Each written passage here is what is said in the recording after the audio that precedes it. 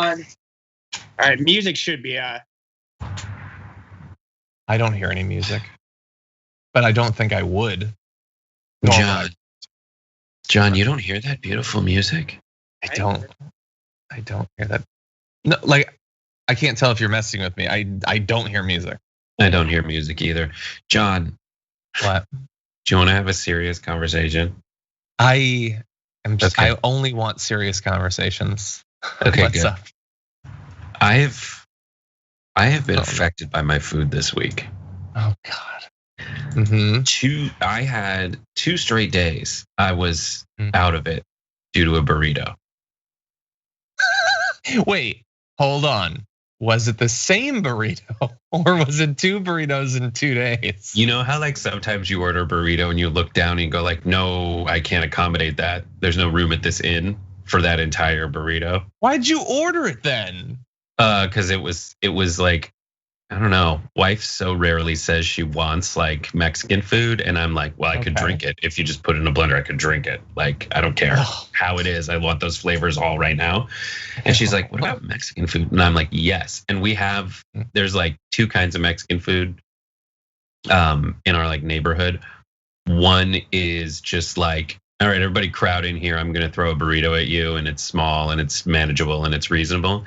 And then the other is like, there's this category of Mexican place that is like, oh, inside it's a hacienda, don't you see? This whole thing as like, you're inside, but it looks like a Spanish courtyard in Zorro. I like that one. I think that's cool. I want that. And so we went to that one. We went to the one that gives you a moat of beans and picked it up and brought it home. And it's just a kind of place. And also the other answer is you get to, what's that? You get to eat it. Yeah, that's true. We never take. You don't have to. Is she concerned that like people are gonna think that you guys are like partying it up in LA, which has like 18,000 cases a day now? Oh no, no. We literally like you have to park outside on a roof, and then that sounds weird, but I get what you're saying. You have to bring a fishing pole with a hook on it, and then you throw it over the side and reel it back up. So that happened. But this has wrecked you. John, it was the kind of burrito where after they make it, I feel like you're gonna like this. They cover it in like cheese sauce. Oh my God, I don't normally eat burritos like that, jeez. It's borracho or something, I don't know. It's bien pedo, it's drunk or something. I forget what they call it, but it is an affogato. Cheese. It's an affogato of cheese. Yeah, and so I did that. They should and that was do affogato with cheese. Dude, 2 days of me just being like, my entire body is focusing on handling lose me. And then last night we had spicy sausages. And today, why not? I mean, your system was in such good shape. You should definitely hit it with a spicy sausage. And now I just want to be a nap. Can I tell you my sad food story? I can't wait. And it's today, so like I'm still sad from it. So I woke up dead, like I'm dead. I can't wake up. I immediately when I wake up, I pound a coffee that I had left. I leave out a coffee at night so that when I wake up and I stumble to start getting ready in the dark, I can just chug a coffee that's been sitting there. So I do that, and then I head to work, and on the way to work, I'm still not awake. So I decide I'm gonna eat. Okay, I'm gonna go to Jack in the Box, and I'm just gonna get some breakfast jacks. I don't care. I know I shouldn't, but I'm going to. I'm gonna get 2 breakfast jacks. So I go, and for the second day in a row, the Jack in the Box is having huge problems. It took a very, very, very long time to get to the line, but I'm sure that is more of a personal hell for them than it is for me. So I understand. I used to work in food service. They hand me the bag, and I put the bag on the passenger side and I start driving to work. And because there's one of my pet peeves is having a lot of things that I have to carry from my car when I leave my car. I hate that. I start eating it in the car. That's my excuse. Not that I'm just so ravenously hungry that I start eating in the car. So I reach in, grab the first breakfast jack, and I eat it. And as breakfast jacks go, wasn't super high quality. That bun had seen better days, and more importantly, had seen days. It was an old bun. It's not now. But whatever. I ate it and I was like, okay, that wasn't very satisfying, but that's why you get 2. And so then I reach in and they had given me the second one. Yeah, I hate that. You're right. And I had eaten the first one. Sad story. It's like the pace of how I ate it, the emotional experience of eating the first one was all contingent on there being a follow-up. And there was no follow-up, and we have no food at the studio right now. There's nothing here. I'm hungry still. The specific experience of having gauged your expectations. And I was wrong. The sad fact that like it does affect you. That's it. Like mostly it's not the sadness that gets me. Yeah. It's the recognition that I'm of sadness. It's like, oh no, wow, I am that susceptible to sadness as a result of this. Of the absence of a breakfast jack. Like I have such specific breakfast jack stuff. What if I ordered food and they had it and I had it delivered during the show and I just left the show for a few minutes to get it? You think people would accept that? No.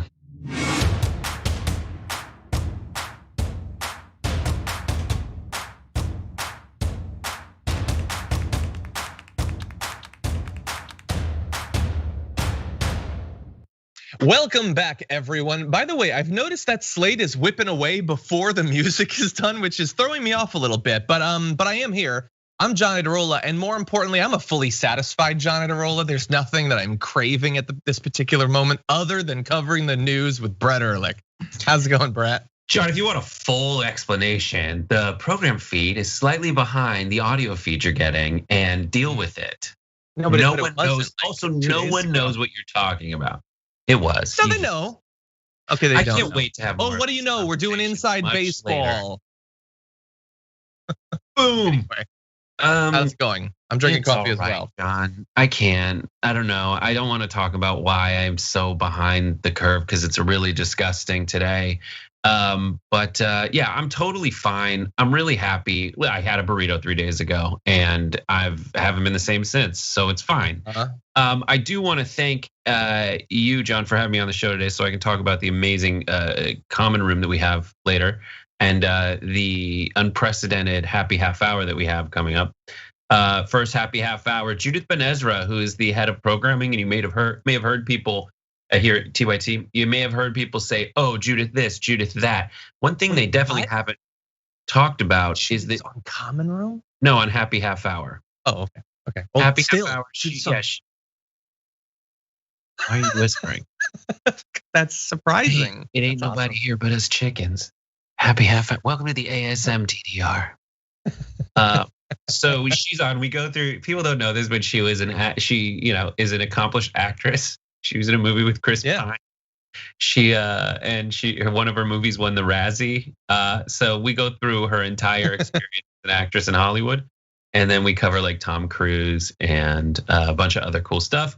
Then later tonight on twitch.tv/TYT at I want to say it's at 6 p.m. Pacific, 9 p.m. Eastern. We have Sloan Hughes from Funny or Die, aka Cotton Can Daddy on Twitter. Lucid Fox is going to be on, a Twitch streamer, and then also Kitty Cosmos, another Twitch streamer, is going to join us for Common Room. We have some really great questions, like what TV showcast, what TV showcast would you most and least want to have an orgy with? So it'll be really fun. What a great way to transition until the weekend. That is a great question, a weird question to talk about in this political morning news analysis show, but that's a great question. Now I kind of wish I was there, except also I'm very much glad that I'm just gonna be able to like watch it from a distance because I'm exhausted. And tonight I've got a plan to enter the weekend. My wife and I are going to watch A Muppet Christmas Carol. Yes. And I'm gonna eat whatever I want. Stop judging me. You don't even know what it is yet, but you have ideas, and don't judge me about it, okay? I need this. Just anyway. Make sure if it's a burrito that it is a reasonably sized burrito, John. No, I don't want to still be suffering on Monday for my food decisions on Friday. Instead, I'll just do what I do now, which is I suffer every day for all of my food decisions going back years. Anyway, I just remembered we do the news. So anyway, let's talk about some news. Hey everybody, welcome to this news show. Whether you're on Twitch or YouTube, Members app, wherever you're watching, thank you for being here. Maybe you're on the podcast. That's how I used to interact with TYT back in the day. Thank you for being here. Please like the stream and share the stream if you haven't already, and if that's the thing that your platform is capable of doing. Special shout out this week to our new YouTube TDR members. I can see that Dragon Soldier became one and Flower Dragon. Thank you for being TDR YouTube members. If you're interested in that, Heather Dalal as well. Thank you. Just saw you sign on. You can click the join button on the YouTube channel to find out about the perks of membership and whether that's something that you want to do. Leigh Smith, welcome. You don't have to. Totally optional. Like everything is optional, but that's just something that you can do. And with that. And thank you for the Twitch hype train. I'd like to declare my fealty toward Twitch over YouTube. YouTube, take that. Twitch, I'm with you. Everyone else can do whatever they want, but I'm happy for the level 4 hype train. It's gonna be great. And let the friendly non-rivalry begin. But it's not like, okay, so I get that like now I'm supposed to be like, no, screw Twitch, but I like Twitch and I like YouTube. They're both great. This is why I like the particular brand of psychological warfare that I wage. Exactly that. John doesn't know what to do now. And that's what I like. And not just in this situation, in general, I just don't know what to do anymore. There is no, John loves you all the same. That's the sad fact. John loves you all the same. Brett does not. Brett is. Oh no. Sorry. You keep doing this. I'm gonna talk to my producer who's saying that we need to move on. Oh, I know, Sophie. I totally get it. I'm totally with you, Sophie. I see you on the Skype. This is my point. Totally right. No, Obi-Wan Kenobi just gave her 2,000th sub out. Oh my god. Obi-Wan Kenobi just gave 31 tier 1 subs on Twitch. Jeezy crazy. You need me now? Anyway, okay, no, that is actually awesome, Obi-Wan. Thank you, and to the others. And we will certainly talk about that in a second. But I feel like if any more minutes pass without us acknowledging the news, TYT is gonna boot us off the network. And I don't have a backup plan, so let's do this thing. Okay, here we go. You do. Fantasy novels. I don't have a reasonable, responsible backup plan, including the fantasy novels. But you know what I love? I love talking about fantasy novels with that next to me. Anyway, okay, we're doing this. Shut up, we're doing this. The stimulus negotiations apparently could be going in a slightly different direction than they are right now. We're finding out with some behind the scenes information about what, at least in theory, Donald Trump wants during these negotiations. Now, take this with a grain of salt because nobody really knows from 1 minute to another what Trump wants, including Trump. But supposedly, according to the Washington Post, White House aides intervened yesterday to prevent President Trump from issuing a statement calling for substantially larger stimulus payments for millions of Americans. This is according to 2 different people who spoke on condition of anonymity to share details of the private exchange. On a phone call, Trump told allies that he believes stimulus payments in the next relief package should be at least $1,200 per person, which is what they were the first time around, and possibly as big as $2,000 per person. Congressional leadership is preparing a stimulus package that would provide checks of $600 per person. So apparently he was in the middle of formally drafting his demand, which I think means he had a draft tweet ready to go. I think that's what the formal means.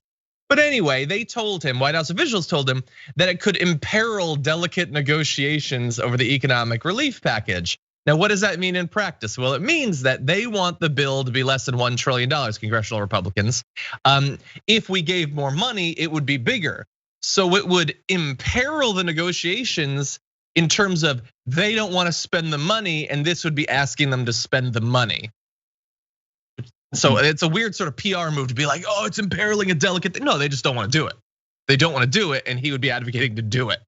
Anyway, Brett, I have several thoughts about this, but what do you think about the fact that supposedly behind the scenes Trump is pushing for significantly larger payments? I think, he's the canary in the coal mine in terms of what people probably like at a very base level, right? He's in tune with that. He's singing, chirping, or the canary dies, right? But like, I forget, but whatever it is, he's signaling.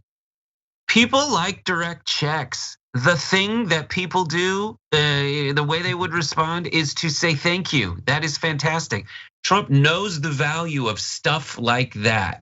He is the person who stopped all of the original relief checks so he could put his name on them. Why? Because they're popular. And here is what happens. I'm really in that position where I can't tell what's the most insulting thing about it. Is it that people on the right in Congress are telling everyone in the media, listen, people essentially don't want/need these checks. That is an insult to everyone's intelligence because people want/need them, right? Yeah. Is that more insulting than the so-called centrist Democrats who are on this stupid bipartisan commission who, yes, are getting closer to a deal, but they think it's an awesome deal to have a $900 billion deal, most of which, a large portion of which is old money. It's not new spending. That's insane. So they're thinking, is it more insulting that they think this is a good deal? That $600 is 15 days of minimum wage. Yeah. That's it. And you only had to wait 275 days since the last time they did anything. Yeah. No. The Dems are clearly like, other than the few that are pushing for bigger checks and the ones who pushed enough that we're getting checks at all, are like effectively they're the worst people here. Not because their position is the worst, but because they're like effectively like if we're gonna have the bad guys, that we need to have people counterbalancing it, and they're effectively they're too ready to sign on to the corporate liability shield, smaller payments, no money to states and localities, that sort of thing. The thing about this is, if Trump actually wants this, then I say let's make a big deal out of this. Let's talk about it a lot. Progressives should push it because theoretically, if Trump does call for it, then that does put a lot of pressure on Republicans to do that. Now, that is assuming that he actually wants it, which I don't think we can necessarily assume. It's very easy to leak a story about how Trump was pushing for bigger checks that they don't then have to send, which makes Trump look good, sort of, but they don't have to actually pay for it. So that's one possibility. The other is that he actually does mean it, because Trump, at the end of the day, other than some of his predilections towards things like authoritarianism and misogyny, he doesn't really have much of an ideology. So he could flip to all of a sudden thinking that direct payments are a good thing, particularly because he would again be able to say that they're his, sort of, and it's not his money. So on the way out, why not send checks to everybody and say that that's his legacy, that he did that? And honestly, even if it is that, even if it's that sort of cynical use of our tax dollars, people do need it. So I'm okay with that. If that gets him out the door and gets the checks to people, then I would sign on to that. You're saying essentially whatever is politically necessary to get the necessary support and relief, we should do. Yeah. Yes, I agree. And it's crazy. But the other feeling that I have is like, oh, it's back. It's back. All of the old BS, all the like, hi, I'm a Republican. I'm going to give tons and tons of handouts to corporations, which imperil the deficit. And then I'm also going to say, listen, I'd love to, but the deficit.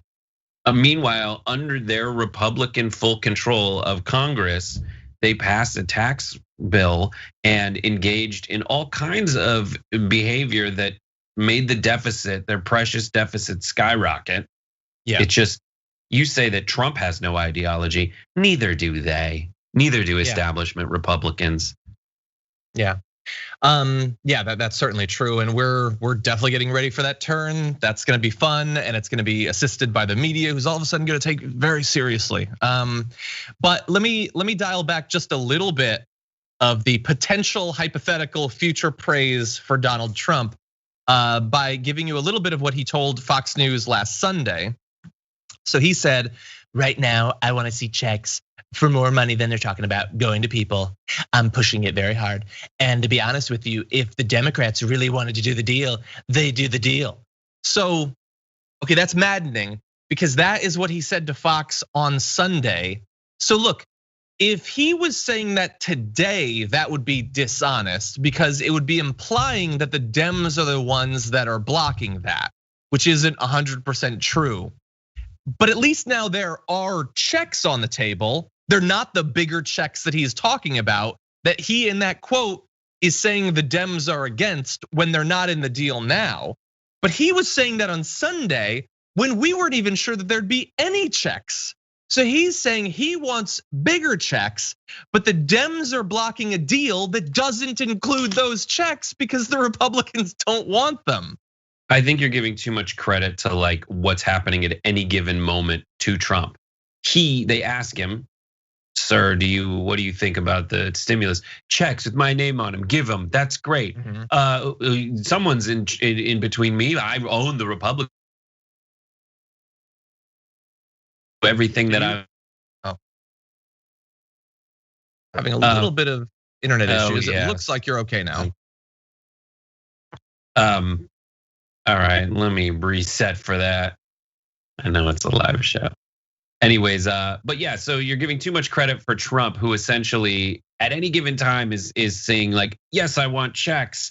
And then they are like, don't do that. And he's like, no, I want it. Don't tell me what I can't do. And then he looks at another story on Fox News and they're saying that the Supreme Court is against him and he's gonna lose. And he's like, ugh, I'm mad at that now. I don't care, whatever, never mind. I gotta focus on tweeting about how rigged the election was. Like, I think that's closer to what's probably happening. He's not sitting down and hammering out like a wide strategy on things. Sure. They know by now how to gauge, like, is he in a good mood or a bad mood? When can I swoop to get him to stop doing A, B, or C? Like, I think that's more in line with what's probably happening. Maybe. And he throws things out, so God only knows what his position will be on this a little bit later on. But I want to give you a little bit of news that's been developing too, looking ahead to the future of COVID aid negotiations, because we're in the thick of this one. Sure, but I'm also very curious what's gonna happen in 1 month, in 3 months, in 6 months, when we might still be really hurting in terms of infections and deaths per day, but we'll almost certainly still be hurting economically. And a lot of the baked in economic turmoil and pain that we've had this year is still going to be affecting people. So what happens in the future? Will there be a future piece of legislation? And I have been trying to figure that out for a few weeks now. We talked to Senator Sanders. He said that he thinks that there will be future bills. Joe Biden says we got to win these Georgia Senate seats so that there can be future legislation. Now we don't know what the Democrats long term will actually push for, although we can sort of speculate considering how they're negotiating on the current one. But Senate Democrats are right now justifying their support for this relief bill, saying, okay, sure, it's not as big as we might want, but it's just a down payment on one that'll be coming later on next year. But the issue with that is that reporters are trying to follow up with a lot of Republicans about that argument that there will be future legislation, and many of them are already going on the record saying that that's not gonna happen. Senate Republican Whip John Thune said, I don't see it that way about it being a down payment. John Cornyn said, we'll have to wait and kind of see what circumstances are like. Hopefully with more people getting vaccinated, more people getting back to work, and the economy opening up, there will be less need for Congress to come in, which reads to me as, no, there ain't no damn way we're gonna approve that.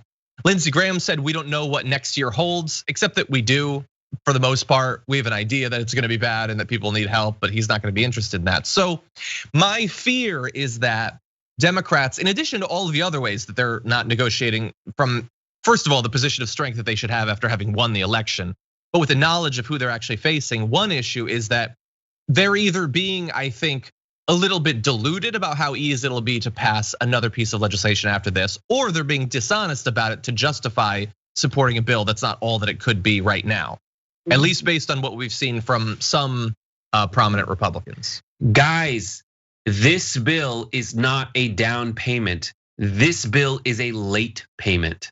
They gave you $1,200 for 8 months. Yep. They're giving you, there is a amazing article on CNBC that people are passing around that's like, $600 doesn't seem like much, but maybe you can use it to leverage getting out of bankruptcy. It's like, are you serious? It's all those things where it's like $250,000 a year isn't much in New York City. It's here's how this family is only getting by with 3 vacations. That is how out of touch everyone who is arguing that this is enough money sounds. Yeah. that you can leverage it to get out of bankruptcy. Yeah, people who are in bankruptcy have a lot of ability to leverage their like it's just so like people aren't trying to like invest it so that later they're trying to survive right now. It's just so like it's interesting to see in any of these particular cases exactly what way they're going to be disconnected from the actual experience that people are having, but it is always going to be disconnected. Anyway, so look, this is just an early look. We're going to continue to look at this. And again, things to some extent do depend on whether the Democrats take control of the Senate. But remember that even taking control of the Senate doesn't mean that they won't filibuster, future aid. And I know what you might say, well, what if things are really bad? Then Republicans aren't going to do that. That would make them look bad. But they spent like the 6 months leading up to the election blocking any sort of aid. The next election's like 2 years away. How worried are they going to be? They're not really all that enthusiastic about aid right now, and they desperately need to save 2 Republican Senate seats. So I have a lot of fears about the next step for this aid, which is, I think, all the more reason that we need to do everything we can to make this current step as good as it could possibly be. There was reporting that the only reason that Republicans are tossing around this $600 idea is because they got hammered by Georgia, Loeffler, and Perdue saying all the people need this, they want this money. Why are we not doing it? I need it. I mean, and then previous to that, all the incentives going into an election, wouldn't you want to pass money? Like that's to say, hey, here it is. And they wouldn't even do it when all the incentives were lined up. It's so wildly frustrating. And then Cori Bush, to show people how disconnected you can get when you get into Congress. Cori Bush is like, hey, I've been unhoused. I know exactly what this is like. The difference between $600 and $1,200 is getting a hotel versus sleeping in your car. And that's it. Like getting a temporary and not like a fancy hotel. This is like getting a place where you park, a motor lodge where you park outside and you have a place to sleep that is not your car. That's it. Yeah, and there aren't nearly enough people with that sort of experience in Congress. That said, we are going to read a few comments from the audience before we move on to other news, of which there is a lot. Let's see. By the way, I saw on Twitch, Lynn is saying, John, reminder, the only reason that Trump is pushing for a check is to have his name on them. Oh, I totally get that. I baked that into my willingness to do it. People need it. But that, and my argument is that is an indicator that I've called him the truffle pig for stuff people like actually, the dirty politics stuff that people actually do respond to. He just sniffs it out, and he sniffed this out. That is the indicator that it is going to be popular if you pass it. Yeah. Over the super chat, Jumbuck Wrangler says, I just want appreciation. I'm up at 4:45 a.m. Love TDR. Keeps me and my boys entertained while shearing, which is a hard ask. There's a lot in that super chat, like a whole life being sketched out for us, and it's really interesting. Thank you, Jumbuck Wrangler. Wait, shearing like shearing sheep? That's think crazy. Before we started, shearing, I have to assume sheep. Or that's what they call it when all the boys are in a circle jamming out to Ed Sheeran in the morning. Englishman. And the sheep can do it too. It's like everyone's Ed Sheeran, everybody loves it. There are situations where I could take Ed Sheeran. 4:45 a.m. is not that situation. Anyway, Franklin Sharpslicer says, well, the Prez leaving is exciting. Despite all the MAGA fighting, we wonder not where he goes. Let him go, let him go, let him go. I want to say goodbye with all the grief you cause. I now think it's a lie. There indeed is a Santa Claus. Happy Fry. Thank you, Franklin. I appreciate that. By the way, I saw Franklin sent in a poetic super chat to TYT on Wednesday. That was exciting. It's like when Obi-Wan Kenobi shows up in the YouTube chat and it's like, what? Wait, you exist here? This isn't your environment. But anyway, that's awesome. Bearer, she slices between worlds, John. Exactly. I'm using fantasy novel lingo to get through to you. And I was using magic lingo. Okay. Jumbuck Wrangler says taco trucks. That sounds like my heaven. Let's see.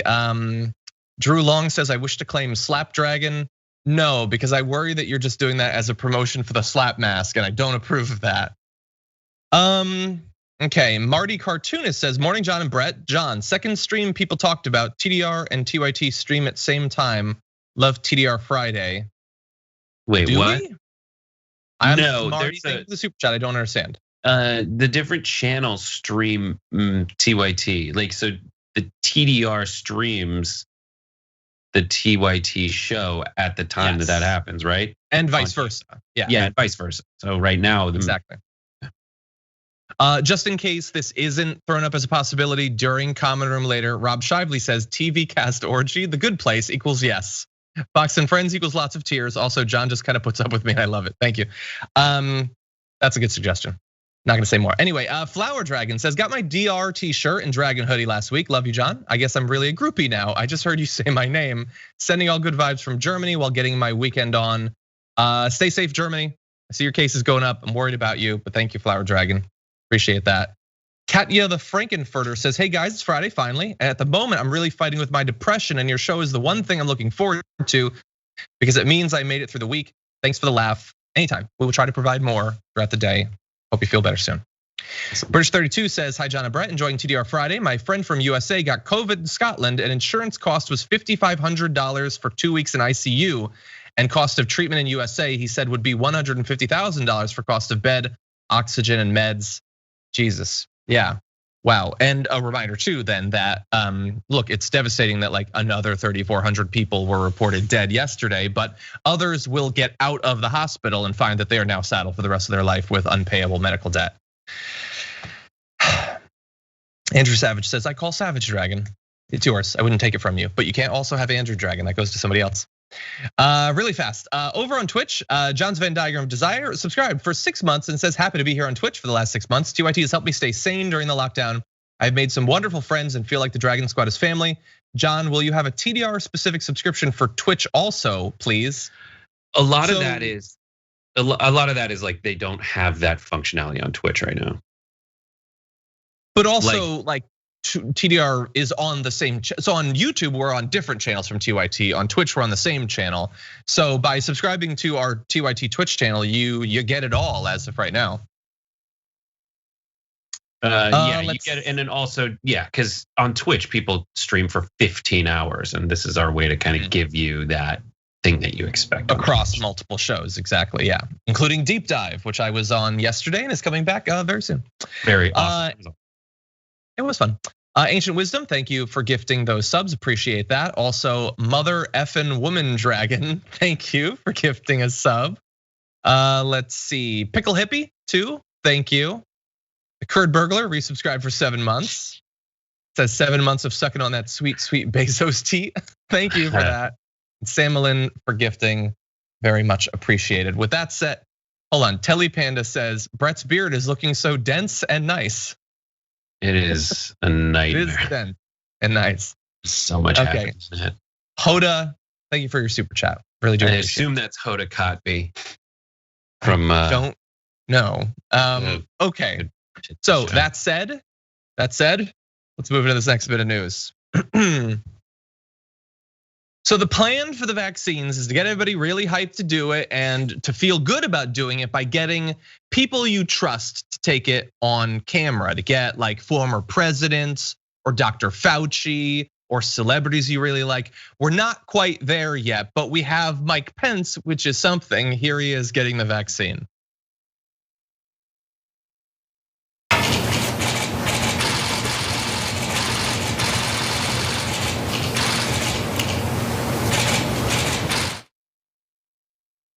And I think afterward he said, I didn't feel a thing.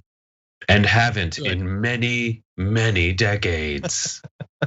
It's like, does the vaccine work? Mother lets me feel. Does it even work if you don't have blood? No, it's just his veins are now very empty, little bit of vaccine dripping through them. And I know it doesn't go into your veins, don't correct me, it's intramuscular, I know. But anyway, okay, did you see that the doctor at the end was like, I put the needle in and a bat flew out? That's for Rudy, I think, when Giuliani finally gets it. Okay, so that's good. Look, he's the head of the coronavirus task force. And sure, he hasn't done anything yet, but why wouldn't he get the vaccine before 99.999% of all Americans? Why wouldn't he? Hasn't he already had it anyway? Like that dude hangs out with a lot of people who've had COVID because they're idiots. But look, he's got it. That's good. if that makes a few more Republicans feel confident that they should get it, that's a good thing, I guess, Brett. Yeah, I mean, I think this is something people should do. They should lead by example and get the vaccine to show people that it's fine if it's safe, which it seems like it is because it got approved by the FDA. And that's all I can focus on is that, yes, it was warp speed, but it went through the necessary protocols in order to get approved. It's 95% effective. Trump has already had the virus. So you kind of want to go with somebody who doesn't have that baggage on them. And I think this is something that should happen. People should be leading by example, and it should go. There is value in having some select figures within the White House and the executive branch receive it publicly and then ship as many vials as you can to first responders and people who are on the front lines of the crisis, and then expand to the rest of the population. That's why I do endorse the fact that Rupert Murdoch got one of the first doses. Like, I'm happy that he did. Good for him. Did he really? Yeah. I mean, look, we may get confirmation about particular billionaires, but no, it's just safe to assume that every single one of them is getting instant. Like Elon Musk already has it, right? I have to imagine that they're not going to sit there with their billions of dollars potentially at risk for a fatal illness. I'm sure that they're going to go get that. Yeah, and then he'll probably badmouth it on Twitter. But anyway, so on the one hand, it's good to see Vice President Pence getting the vaccine and doing it very openly. We'll see if Trump does that. I'm assuming no. On the other hand, in government vaccine news, we have this weird back and forth about whose fault it is that more of the vaccine isn't being shipped out, which seems premature. I mean, we're on like day 4 of the vaccine, but they're already pointing fingers at each other. Pfizer said on Thursday that it was not having any production issues, and in fact had millions of doses sitting in a warehouse awaiting government orders on where to ship them. So they're saying, we've got the vaccine, but the government isn't telling us where they need to go. That apparently was in response to yesterday when Health and Human Services Secretary Alex Azar suggested at a press conference that Pfizer was having manufacturing challenges. So now they're fighting with each other. At the same time, governors and health officials in more than a dozen states have complained about getting fewer doses than they expected. Illinois, Washington, California, oh no, I live there. Georgia, Hawaii, and Nevada are getting about half the doses that they expected. But then there's an added layer on top of that where 2 anonymous Trump administration officials told the AP that doses were being held in storage on purpose, held back to ensure that people who had their first shot of the 2-dose vaccine could get the second one. Another 500,000 per the officials are being held to the side in case of any unforeseen problems, which I don't even know what that means. I think the problem is that everybody has COVID and they need the vaccine. I don't know what would the unforeseen problem coming be? I don't know. The mountain in the fog is unforeseeable, but then suddenly quite seeable and inevitable. That's like there's I don't know if people watch Veep, but there's a movie by the guy who did that called In the Loop. That is what happens. That's what it sounds like. Yeah, there is, we think people who might need it in the future might not need it and then have it. Well, so, okay, you've confused me more, but I'm also confused because there's still one more layer to what we're talking about. So Pfizer says, hey, we're not having production issues after Alex Azar is like, it's their fault, they're not making enough of it. Pfizer's like, no, we totally got it. It's sitting here. We just don't know where to send it. So the government is saying they're slacking. Pfizer is saying the government's slacking. They need to tell us where it needs to go. Some other anonymous people in the government are saying that they're holding it in storage because they need to save it for people who need their second shot. But then why not just send it to the place and then the place has it for the first shot and for the second shot? And so they're saying that we're not doing that because the states actually think that would be harder to manage, which I don't understand how that could possibly be the case. But supposedly that's what the states are saying. But if that's the case, then why are they saying that this is why it's staying there? But Alex Azar is saying that it's their fault, they're not manufacturing enough.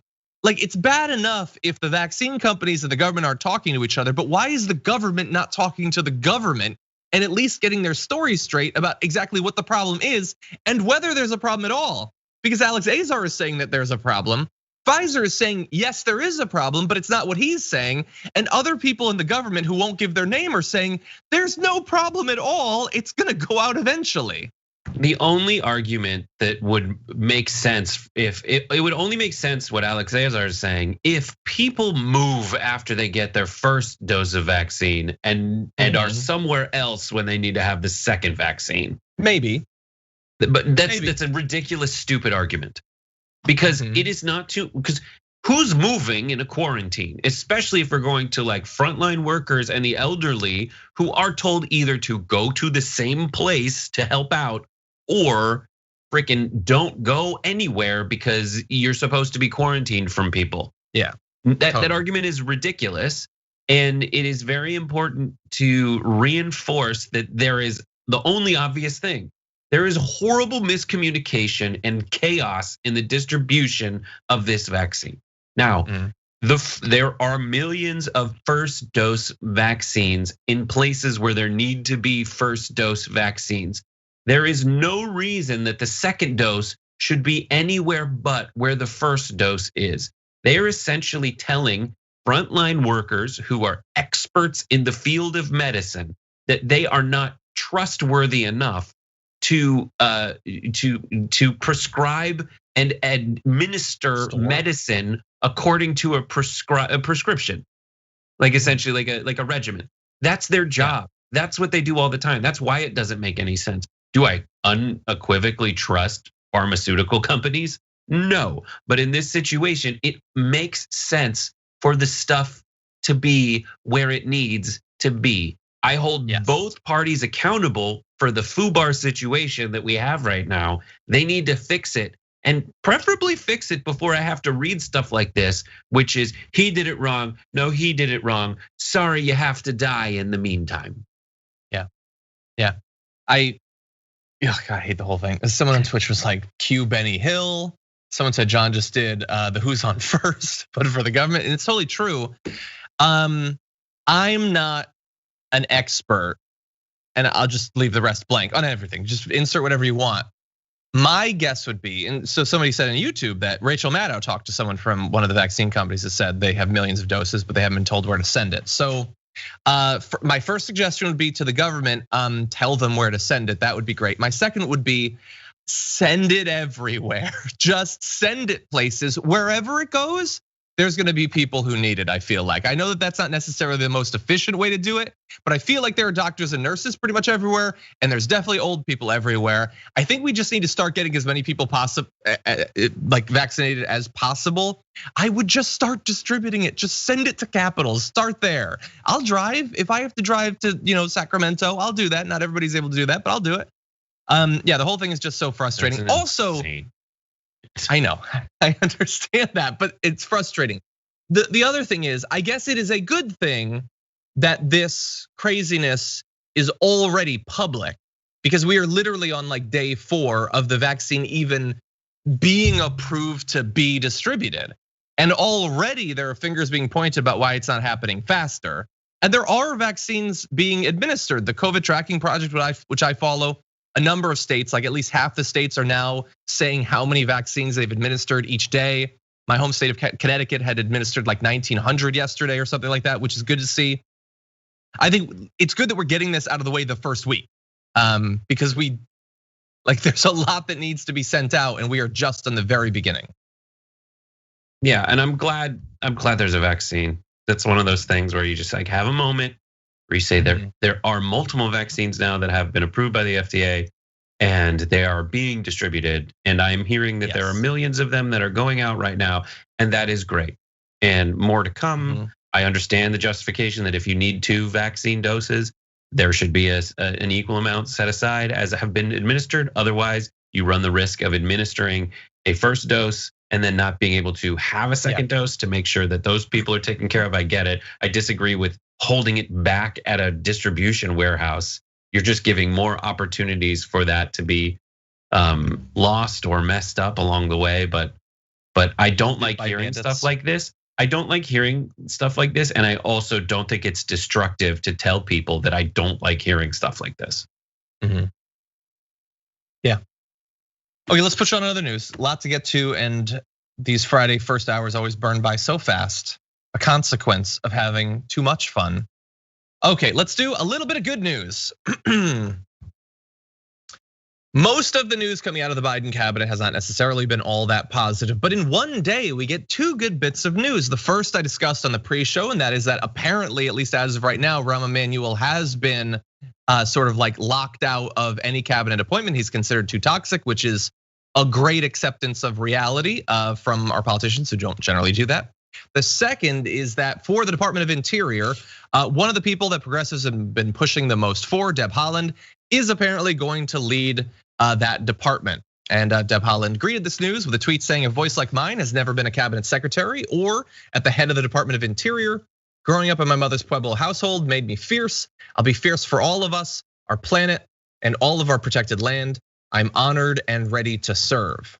If confirmed, Haaland, a member of the Laguna Pueblo in New Mexico, would be the country's first Native American cabinet secretary. Fittingly, she'd do so as head of the agency responsible for not only managing the nation's public lands, but also honoring its treaties with the indigenous people from whom those lands were taken. So this is great. We've been wondering if this is going to happen. The entire time it seemed to me like it would really be a needless snub to not go with Deb Haaland for this position, considering how uniform most progressive activists and voices have been about her for the position. There not being any other really high profile alternatives that centrists are super passionate about. It would end the Biden and Harris administration's desire to increase diversity in their cabinet. It would seem like this has got to happen. And thankfully, at least one of the things that have got to happen actually happen. Yeah, I think that's great. And so, I mean, there was this one moment on the town hall with Jake Tapper and in the Biden Harris where they were asked point blank, like, are there progressives in your cabinet? Are there people in your cabinet that progressives would be happy with? And at first, the first person to have the swing in it was Kamala, who was like, "Jake, would you like to interview for a position?" Like deflecting in a sad, pathetic way. And Biden, to his credit, said he pointed out, I forget who he pointed out, but he also then said, "We're not done yet. We're not done yet." And in the meantime, the following has happened. I'm not saying these are huge wins, but the following has happened. Deb Haaland is in there. Javier Becerra, on paper, has advocated for Medicare for all and will continue to do so into the future ostensibly. And if he doesn't, we'll hold him accountable. And that has happened. Progressives have said no Garcetti, no Rahm Emanuel. And according to Politico, Rahm Emanuel has fought very hard to try to get a position in the cabinet. And he has been rejected. There's this awesome title that's like, "Oh Rahm, where art thou?" It's weird, but that's why I love it so much. That he's not in the cabinet. He's not getting it. He tried for transportation secretary. They gave it to Buttigieg, which is itself hilarious. But in the meantime, it's not like there's nothing to point to, and that's good. Is that enough? No. Will we continue to fight? Yes. But it is nice to say that, like, take a moment and say these things are positive developments, and at least you don't feel like you're fighting this completely useless war that isn't going anywhere. Exactly. And I just want to give a couple of reactions to this news from some of the people who were really pushing for this. So first of all, Executive Director of Sunrise Movement, Varshini Prakash, says, "I am so elated. Our movement just won Deb for Interior. This will be the first time an indigenous person and a badass climate champion woman at that will hold any presidential cabinet position. Congratulations to Joe Biden for making history." And Representative Alexandria Ocasio-Cortez says this is a big deal, historic appointment, a visionary Native woman in charge of federal lands, unequivocally progressive, Green New Deal champion, exquisitely experienced. You're gonna do such a great job. That is great news. It's obviously most news seems to be bad, and we spend a lot of our time trying to make sure that people know about it. But some things are good, and we need to take time so that we don't burn ourselves out and lose total faith in the system. And certainly there's some of that out there in acknowledging the positive news. And so there is some of that right here. Now, that said, let's read a few more comments. Other news is a coming. Phantoms Forever sent in a super chat saying, "You broke me down, John. New tier 2 sub." Thank you, Phantoms Forever. I appreciate that. I aim to break all of you. Let's see. Cosnow says, "My husband is an MD and got his vaccine yesterday. So far, so good. Just a little tired. People still need to wear masks, social distance, don't touch your face, wash your hands." Exactly. I talked especially because. Sorry. I talked to a doctor yesterday who's in Los Angeles and he was like, "We got measured for our N95 respirator masks." He's not like frontline, but he basically was like, "They measured us for our custom ones," and I was like, "Cool, I'm gonna get a new one." And it's like, "No, you have to wear this one 5 more days, and then we'll give you a new one." And right now, he's just like, the surge is crazy. There are literally 0 ICU beds open in Southern California, specifically in like Los Angeles County, and that means that there's other places that are more isolated that they are going to have to send people to. And Southern California as a district is enormous. It goes up to it's like shaped like this. So you have to send people like around the Sierra Nevadas if that's where the beds are. Like that's nuts. Yeah, exactly. I think LA County had like 18,000 cases in one day. California was at 60,000. Like California is significantly higher, like 50% higher than the country was several months ago. It's all over. It's terrible. And I saw some doctor in the Houston area anonymously was in some article saying that half of his nurses have said that they don't want to take it because it's been so politicized or something. I saw Seth MacFarlane was saying he's been talking to a lot of people in Hollywood who aren't sure if they're gonna take it now because so many doubts have been raised. We're gonna be turning to that topic in just a second, but just a reminder, this is a great development. It is not a solution to everything, not least of which because even after you've been vaccinated, you could still get it theoretically. And even after you're vaccinated, it still takes a couple of weeks to kick in, so you still need to be careful. And you watching this, you're a great person. I love you, but you're probably not gonna be vaccinated for several months and you still have to be vigilant until then. Okay, really fast, couple more comments. Lenny says TDR Live plus D&D, best Friday ever. Also would like to claim Dragon Dancer. Love you, Dragon Squad. You can have it. Are you playing D&D later? Also, I forgot earlier this week, the cast of Stranger Things played D&D on YouTube. I'm gonna have to watch that later. Let's see. Lena Peak, hey Lena, says conspiracy theorists will just say Pence didn't get the real vaccine though, right? Is the public vaccination that effective in gaining trust? That's a good point. I'm sure they'll come up with something. And yeah, we're gonna talk about some of the conspiracy theories a little bit later on. Let's see, there was one I definitely didn't want to miss and now I'm having trouble finding it. Oh, Vicky W says, can I be Dragonheart in honor of my brother who died of AIDS 20 years ago? His friend had a star named after him. You definitely can. Imagine if John said no to that. I've said no to a few. Monster. It's pretty rare, but I've said no to a few. Over on Twitch, the Bugger says, I'll bet Obi-Wan Kenobi is actually Mark Hamill. I actually ran into him at Comic-Con in 2019 in a Stormtrooper costume. Didn't know until my son caught a post on his Instagram. Let's see. We have no proof one way or another. For all we know, she could be Q or Mark Hamill. We don't know. Let's see. Heinrich Zimmerman resubscribed for the 4th month. Says, Dear John, you are my Turk of the year. German greetings from Scotland in everlasting love and devotion. Your Fulgurite dragon. Well, thank you. I don't deserve it, but thank you. I appreciate that. Okay. Finally, Tina in the super chat says, my brother works at a hospital in Austin and will get his vaccine tomorrow. Can I claim Little Waddle's dragon? You can, and that's adorable. That's adorable. Okay, that said, let's turn in an unfortunate direction, having to do the vaccine and one of my people in this country that I hate the most.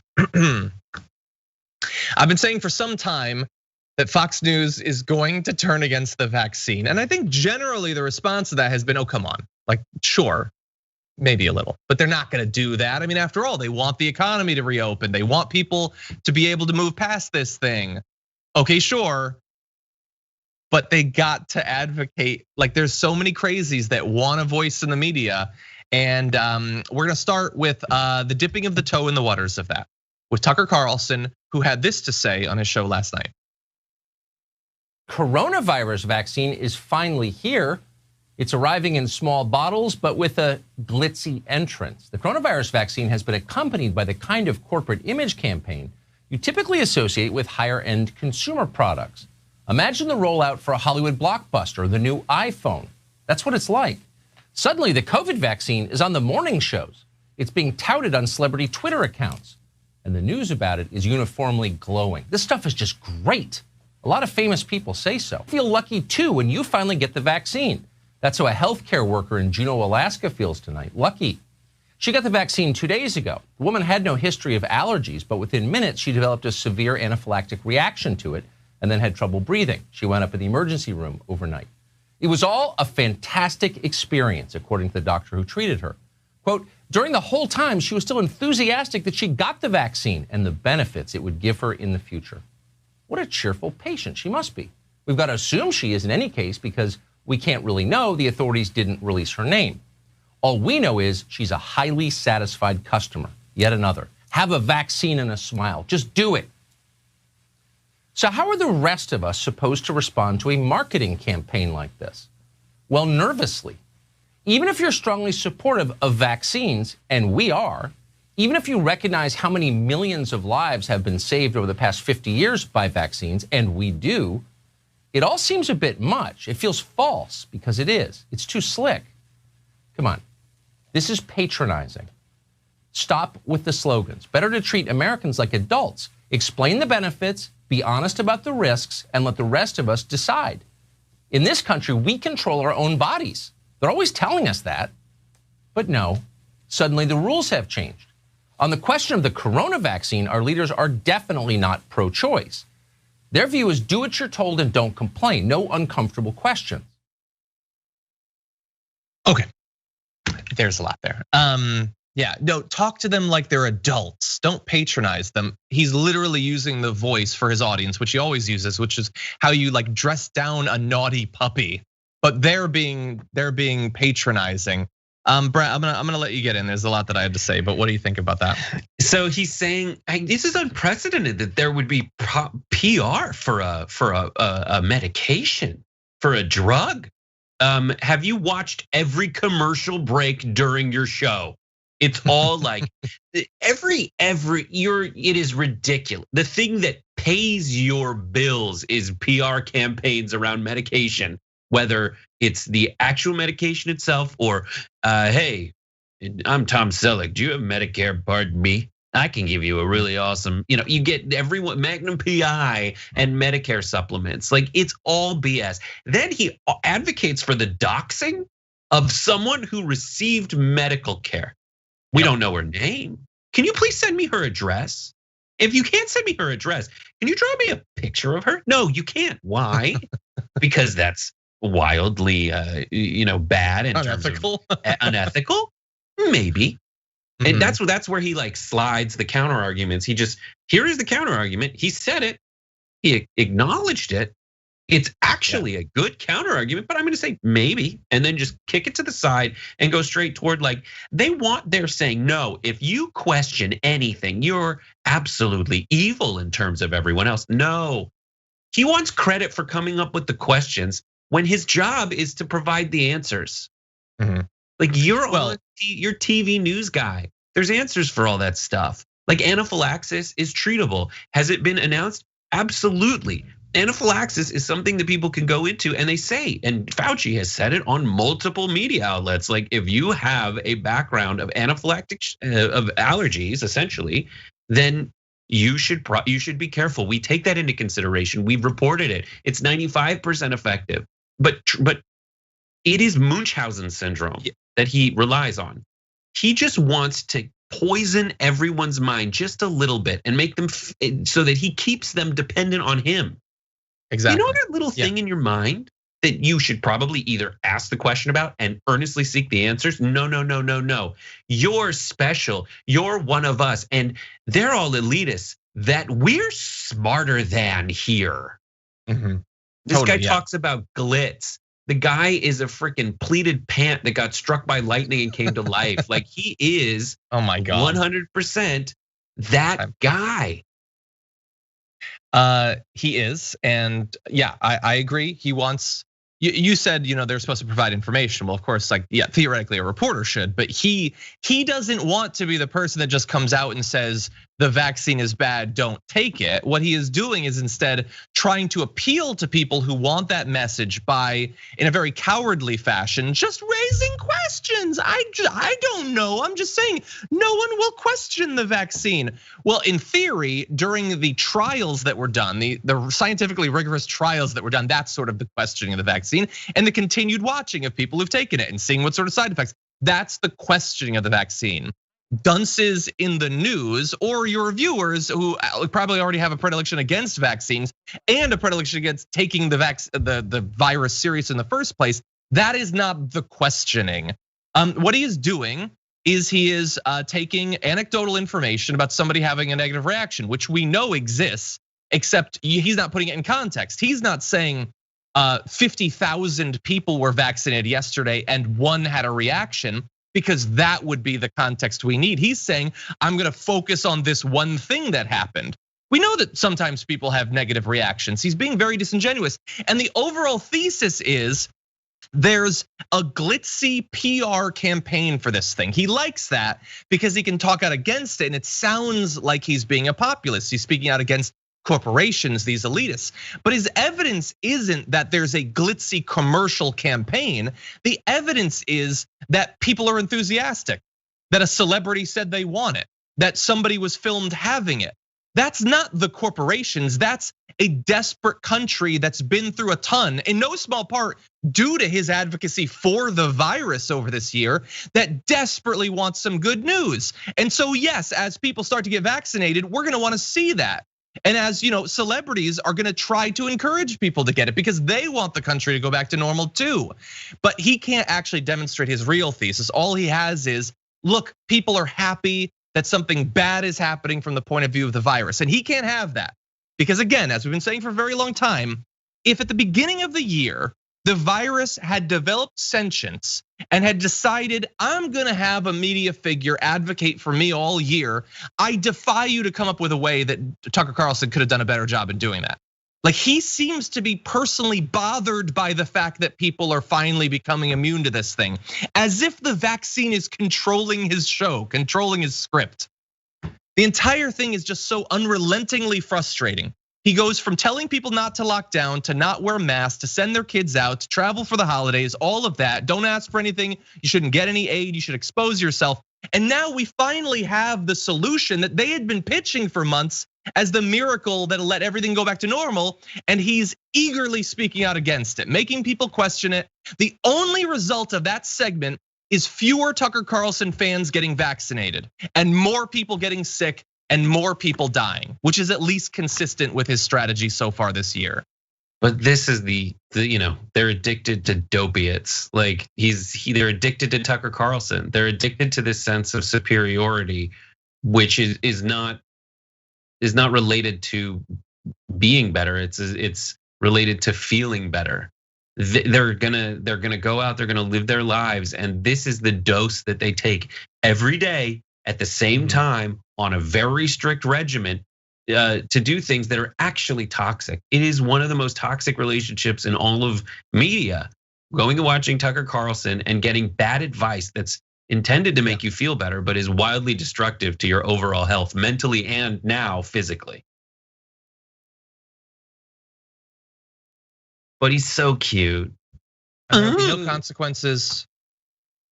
Like, I know it's bombastic and you're not supposed to say it and I can't prove it and I'll probably get sued and they didn't put through my op-ed for it. But like, does anyone watching this, we can't say who died because of the things he said, but does anyone doubt that those people exist? No, 100%. And he makes more money than he did before. He has more control over Fox News than he did before. He spent a year of his career advocating for people to die from a virus, and his life is much better off than it was before that. Tucker should do man on the street segments where he just goes out and talks to people without a mask. He's never gonna do it. He's too smart. No, he's protected. He's at home. He's at one of his multiple broadcast quality studios at his multiple homes. Gotta He's love richer than he was before. later in the show, we have stuff from that same, I think it's from that same show. You don't know what it is, John, but and again, well, not again. I think it's also evidence that he just has nothing to talk about right now. And he doesn't care to get more stuff to talk about. We have something he spent 7 minutes on in his 44-minute show. It's amazing. Well, we'll be getting to that in just a few then. But first, a couple comments, and we will be moving on to garbage people after this. I'm gonna get trashy in position.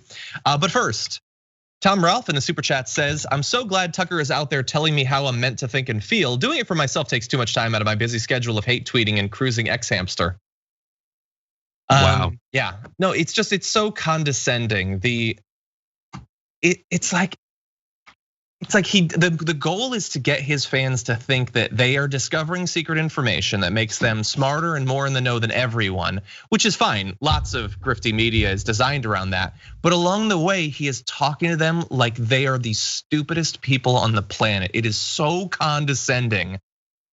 There are a lot of shows that I don't understand how a person could sit through more than like 5 consecutive seconds of. That is definitely one of them. No, the cadence of most television is just children's shows for adults. Like even if you watch the news, they talk very slowly, and they're like, many people always have problems finding the door. But what, it's all like this this weird cadence that is just like children, and it's everywhere. Like most internet influencers are like, hey everybody, this is gonna be a great time. We're gonna teach you how to make a baking soda vinegar vodka martini volcano. Yeah, no, I was gonna try to say vinegar and volcano at the same time, you're probably while right. Just needing a drink. It is 11 a.m. It is, there's probably time. Okay, Jason Primus sent in a super chat saying, I discovered your channel over the summer and thank you for keeping me both informed. Used to be a centrist, but I'm swinging left, baby. Love Brett and Fridays. I'm claiming Glory Days Dragon. Well, thank you, Jason. A lot of people apparently first started watching the show during the pandemic, and I'm appreciative for that. It's like the one good thing that's happened to me this year. Thank you. Okay, let's see. In Twitch, the Curd Burglar says, I think I have a free medium 2 topping at Domino's. You say the word, it's yours, Johnny Pie. Thank you. I gotta wait a couple hours for pizza. Thank you. I'm definitely gonna be getting food after the show, though. I'm so hungry. The Dark One resubscribed for the 7th month. Thank you for that.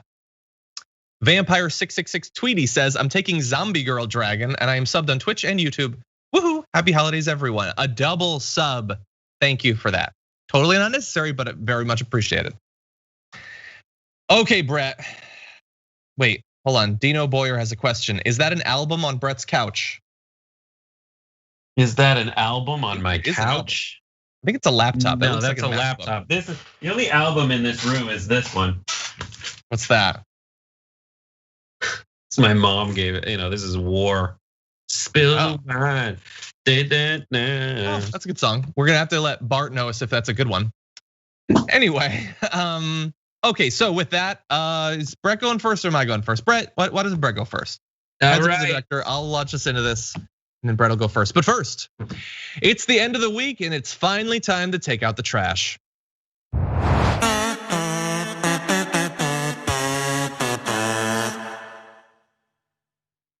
Okay, it's been another garbage week, and we've got some garbage people for you. Brett, who is your garbage person of the week? My garbage person of the week is Tucker Carlson. Tucker Carlson's Fox News host. He's the kind of Fox News host that wants to take 7 minutes out of his show so he can talk about whether the First Lady's doctorate means anything. And he's gonna take a bunch of quotes out of context. But let me just first show you a little bit before I tell you what he did after this that made it get even stupider. Imagine your nightmare health emergency. You're on vacation with your family when suddenly you double over with shooting chest pains and lose consciousness. You wake up strapped in the back of an ambulance racing to the emergency room. Paramedics hover over you trying to keep you calm. You've had a massive coronary, they shout over the sirens, but we're gonna take good care of you. You're about to see one of the best doctors in the country. In fact, Whoopi Goldberg just said this person should be the next Surgeon General. So you slump back onto the stretcher, deeply relieved. Maybe you're gonna make it after all. Moments later, they wheel you into the hospital, and there she is, the famous doctor they just told you about. But something's wrong. She doesn't have a stethoscope. There's not a chart or an EKG machine in sight. Instead, she's turning on what appears to be an overhead projector. "Jill," a nurse yells, "there's a patient here. What do we do?" "That's Dr. Biden to you," the woman replies icily. That is the dumbest thing he has literally ever said. And he has said a lot of really dumb stuff. That's one of the most condescending things I've ever seen in the news, I think. It is. That's amazing. 7-minute, 40-second segment that he did about Jill Biden's doctorate. And okay, so this never happened. This would never happen. That whole setup, his hypothetical situation doesn't happen. And he spent that much time setting up something. Does it not happen? No, because it doesn't. Wheel you in and there's. But it's like, it would be ridiculous if someone was choking and someone in a room yelled, "Is there a doctor?" And Jill Biden responded, "I am a doctor of education. I can't help you." This is all a waste of time. But you know what? It's Jill Biden. It just wouldn't happen. She would sit there and wait for a medical doctor to step up. And this is like the very specific thing. Everyone knows what you're talking about when you say Dr. Jill Biden, like, and because they've known it. And they're trying to talk trash on someone who just did a doctoral dissertation. Why are we having this conversation? Why? Because there's nothing else for him to talk about. There's plenty that he should be talking about, but he has decided that it is more beneficial for him to have a 7-minute, 40-second hate sesh against Dr. Jill Biden because she never insisted that you call her a doctor. Like the levels detached from reality it has become. Mm-hmm. It's intensified in its detachment from reality because she, like, when they introduce her.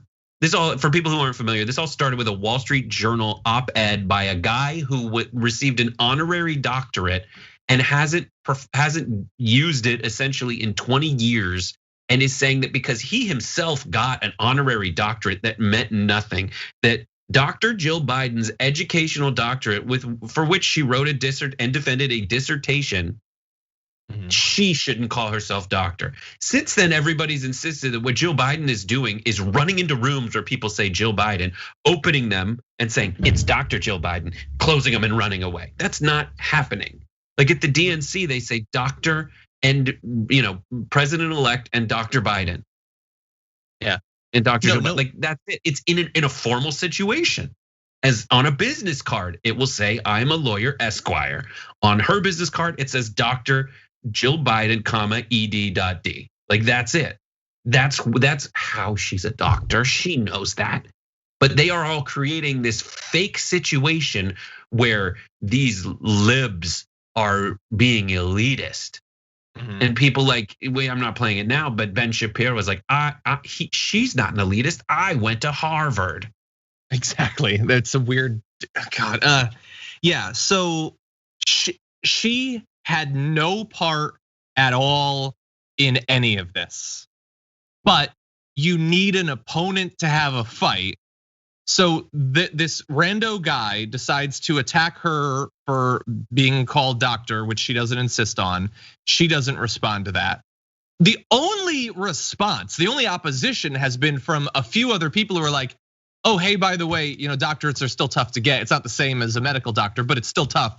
And that's enough that now that has become like a 2-week thing for the right to obsess over, because there's a goal. The goal is I want to deliver hatred for this person because my fans want to see that this person's a bad thing and they want to hear me attacking them. And if there was something good to do that, like if she had been running into rooms and telling people, you gotta call me doctor, they would use that, but they don't have that, but they need to pretend that they do. So they just come up with, all of a sudden it's now an issue that people are called doctor, even though, as many people are pointing out, that hasn't stopped him from referring to Sebastian Gorka as doctor 1.5 million times. And you know why? Because this is not actually Tucker Carlson expressing a position. His position seems to be that we shouldn't call people doctors if it's not a medical doctorate. That isn't what it is. He just doesn't like Jill Biden, and he knows his audience won't. Like, this is what the conservative media is. They can take this entire thing, and depending on who it is, their entire approach to it is totally different, knowing that their audience isn't gonna notice or care about the hypocrisy. They weren't like mad for the last year as Sebastian Gorka was being referred to as doctor. And next week when Gorka's on Tucker's show and they call him doctor, they're not gonna care then either. This is so entirely devoid of any actual opinion other than her last name's Biden and so I hate her. And I kind of also hate education too, although I don't mind when my right-wing media people went to some nice school or whatever.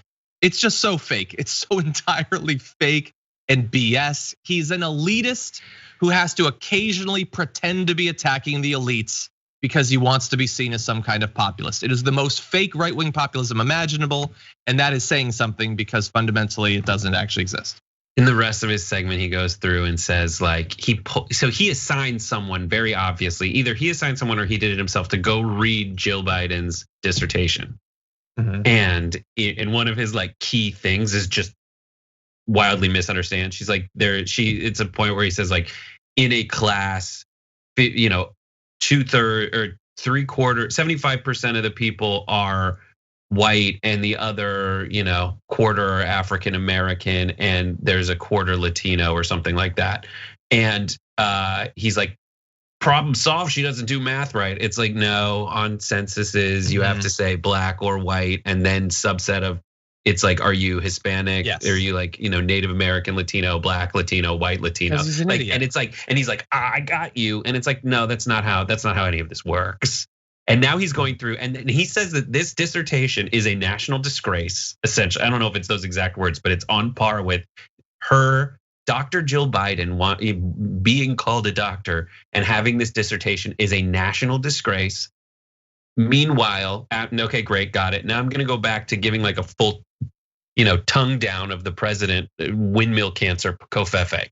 Like that's what he does. So which is it? Well, and by the way, it's wildly inconsistent. If you're a conservative and you're watching this, if Melania had a doctorate, would he be attacking her for having a doctorate? No, nobody. It feels so pointless sometimes talking about the news because all of it is just so obvious. We can all see the matrix. The code is in front of us. We know every bit of what his audience is thinking, every bit of what he's thinking, every bit of what Fox executives are thinking. All of it is just so obvious. He doesn't care about anything that he's saying. It's just grift. And it fits into the long-running anti-intellectualism, which we need to be on the watch for, because that's not just the conservatives that are doing that. But yeah, the entire thing is just so damn frustrating. It's all so fake. Anyway. So yours now. Yeah, it is mine. And by the way, mine is gonna be pretty fake too. For my garbage person of the week, I have mainly one, but I have a second one. But both of these, it's not really them. It's a type of person. It is a type of faux outraged person who is suddenly gonna be very worried about decorum, not after just surviving and defending the Trump years and all of what that meant, but serving as his mouthpiece. And so here I'm talking about Kayleigh McEnany. She's gonna be the leadoff for this, although we're gonna get to Marco Rubio too. And they're very, very angry about something that a Biden person said about them. And they don't think that there was enough decorum shown. And so all of this can be traced back to a Glamour interview where Jen O'Malley Dillon, who's a Biden campaign manager, was interviewed. She was asked, that might be what we're missing, is that redefining of compromise, talking about how Biden always wants to reach across the aisle. That it is, or it can be the ultimate victory. And she says, yes, frankly, I hope that this is bleeped out. We'll see. Yes, frankly, that's what, nope, it's not. Okay, so yes, exactly. And frankly, that's what we need. The president-elect was able to connect with people over this sense of unity. In the primary, people would mock him like, you think you can work with Republicans? I'm not saying they're a bunch of frackers. Mitch McConnell is terrible. But this sense that you couldn't wish for that, you couldn't wish for this bipartisan deal, he rejected that. And she goes on to say unity is good, blah, blah, blah. This whole argument that Biden always does that she's doing is that, yes, they're bad people, but we should still work with them. And by the way, I'm a BSG fan, so I'm saying frackers, but she didn't. You understand what she actually said. But in the context of an entire paragraph about how we need to work together and on all sorts of stuff that's gonna be way more up the alley of Republicans than Democrats. So she used the F word, and oh my God, are they just so incensed that someone could be so rude to use language like that in a time that has been so polite. So the right has just been so nice to the left and to centrists this whole time. So Kayleigh McEnany sends one of my favorite tweets of all time, where I'm gonna again, from now on, when I say frackers, you know what she actually said. She tweets, Biden campaign manager called us frackers. Literally his exclamation points. What a weird thing. But she said she can try to walk back, but this says volumes about her boss who calls for unity while shouting that we are assaulting democracy. They think we are deplorable, irredeemable frackers. Sick. Okay, so Jen O'Malley Dillon calling them frackers says a lot about Biden. But all of the stuff that Trump himself has said, calling people pigs and horse-faced and all that stuff, that doesn't say anything about him. She doesn't care. Again, this is like what we were just talking about with Tucker. Like, yes, Kayleigh McEnany, her day was ruined when she saw a headline about the Glamour interview. She's really, really affected by being called a fracker. No, it's fake. Everybody can see through it. So much of our politics is exactly this. It is people pretending to have a position or an emotion or whatever. They don't actually have it. And I criticize Trump, but she's been just as bad. Ellie Misdall's friend of the show brought up one of her old tweets saying, "How I Met Your Brother, never mind, forgot he's still in that Hutton, Kenya, #Obama TV shows." Because remember, she is herself a racist. She doesn't just work for racists. She is herself one. But Brett, she is just so hurt by the fact that this woman said that in an interview. I mean, you hit them all. It's that fake outrage. And also, like, let's get specific, Kayleigh. All of Trump's supporters think a good portion of Republicans in the Senate are effers. That's not, she wasn't talking about Republican voters. O'Malley Dillon wasn't talking about Republican voters. She was talking about Mitch McConnell. She was talking about bad faith actors. She was talking about the swamp. And I think a lot of Americans think that people in that swamp are effers. Why? Let's look at one case in particular, coronavirus aid, something your boss wants to send checks for right now. Who's in the way? The effers, Mitch McConnell. And people like that who don't want to help human beings. And why do they say effers? Because they're effing us. They're effing us right now. Do you feel it? It feels like hunger. It feels like not distributing the vaccines as fast as they need to in an efficient manner. It feels like getting hung out to dry with empty promises from senators that are on your side of the aisle, blocking your president's agenda. Those are effers. And you should be echoing that chorus. And you know who has echoed that chorus in a way that uses foul language like that? Your boss. That's what we're mad at. You, Kayleigh McEnany, are signaling essentially that you're abandoning the MAGA people on your side of the aisle. Why? Because you're siding with Mitch McConnell, who most people freaking hate. He is the least popular politician in America. Less popular than Nancy frickin' Pelosi. And you're on his side against whom? MAGA. So Kayleigh, get it together. Maybe there isn't a tab in your binder for that, but you're messing up and you're letting down your president and your voters. You're totally right. And you're right even in another way that, so who supposedly likes a politician that swears a ton and tells it like it is, talks like I do, straight shooter, all that? Trump fans, that they supposedly like that. And we don't get it because we're like lefties on the coast or whatever. We don't get that. This is how actual people talk.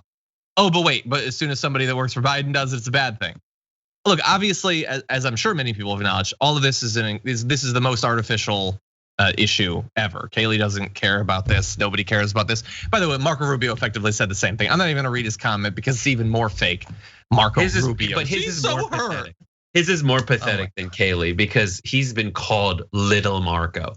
Marco has been on the receiving end of essentially the same thing, being called an effer. Exactly. And he's like, sure, may I have another? Thanks to Faiza Harbi for giving us this idea. We have a new segment on the Young Turks called the Beta Bus. Like the Beta Bus is coming, and Marco is in the intro because he's such a tool spank. Wonderful. Anyway, yeah, no, I had more to say, but again, like I was saying with Tucker, like it's also, but this is how it's gonna be now. Like they're literally still trying to steal the election right now. Flynn is out there saying the military needs to go in and reconduct elections. Don't say the F word. That would be an offense in our fascism.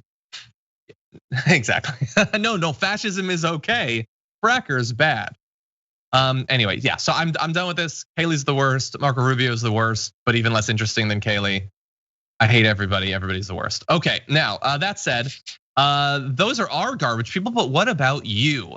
Well, 13,000 of you voted, and the number 5 garbage person this week at 2% of the vote is Linwood for being generally insane and for defending Kyle Rittenhouse. Number 4 at 7% of the vote, we have Kelly Loeffler for taking smiley pics with the KKK. At third this week, we have at 8% of the vote, Stephen Miller for his alternate electors BS. Sorry, Stephen, you can't quite do it. Number 2 at 22% of the vote is Republicans who signed on to the doomed Texas voter fraud lawsuit. Let's not forget those. But a much earned number 1 garbage person of the week in the same week that he was determined to be the jerk of the year by TYT at 60% of the vote, Mitch McConnell for single-handedly blocking COVID relief.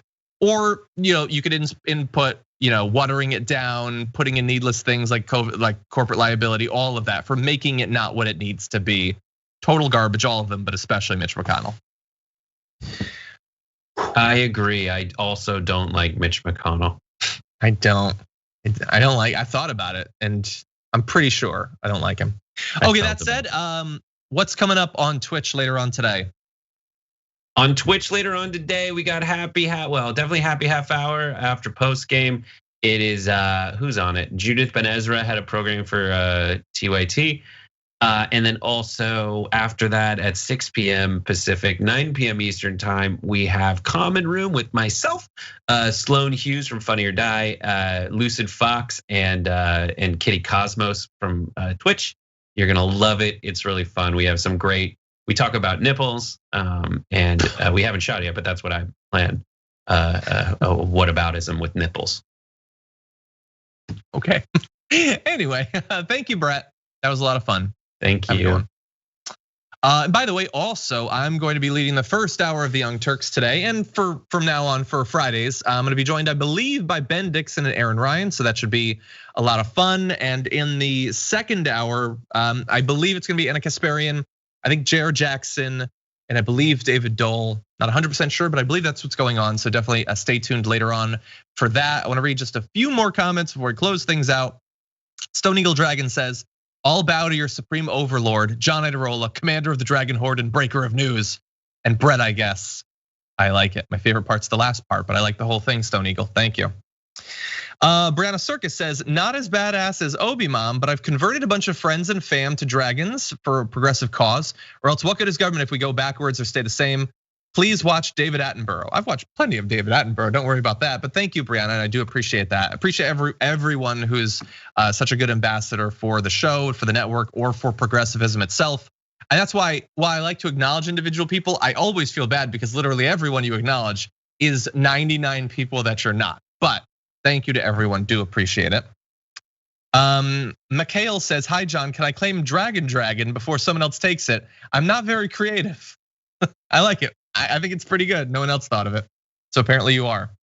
Tone Stower says, I am sure she clutched her pearls that she dislodged from her boss's butt. What a buffoon. That's gross. That one's for Francesca right there. Thank you for that super chat. Very interesting update on Twitch. Peace Love Dave says, I've never seen Obi-Wan Kenobi and Mark Hamill in the same room. And now that I think about it, I haven't either. That's a good one. Or Q, I haven't seen any of the three in the same room as the other. Oh my God.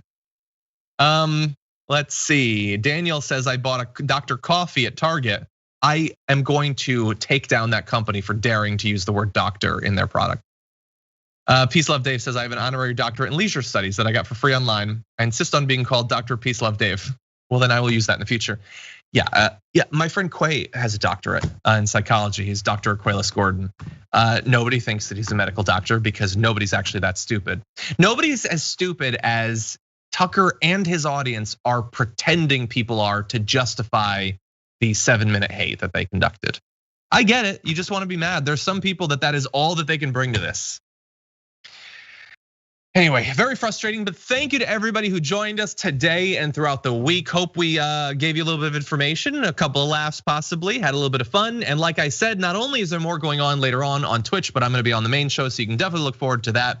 Until then, stay safe out there, stay sane out there, and I'll see you soon.